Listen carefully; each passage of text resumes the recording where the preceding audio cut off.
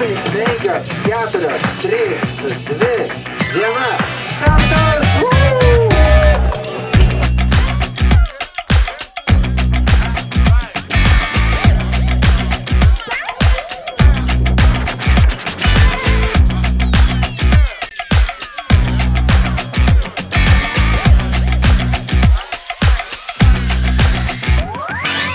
Nu, turbūt bėgu jau daugiau nei 10 metų, tai tikrai tikėtina, kad bus ir 15, gal net 17 metų.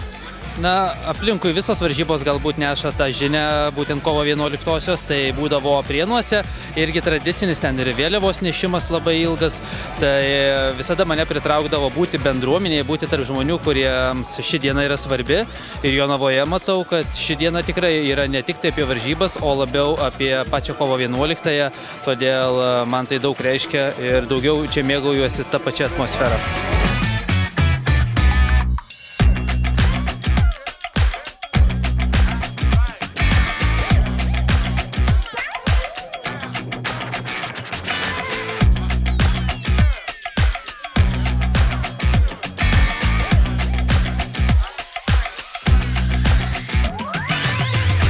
Manyčiau, kad šiai dienai tikrai esu aukštesnio lygio savo formoje, nors iki starto tikrai buvau įsitikinus, kad jau po žiemos sezono šiek tiek esu pailsėjus, nes praeitą savaitę ilsėjomės ir ta forma šiek tiek silpnesnė, bet šiandien pati save nustebinau.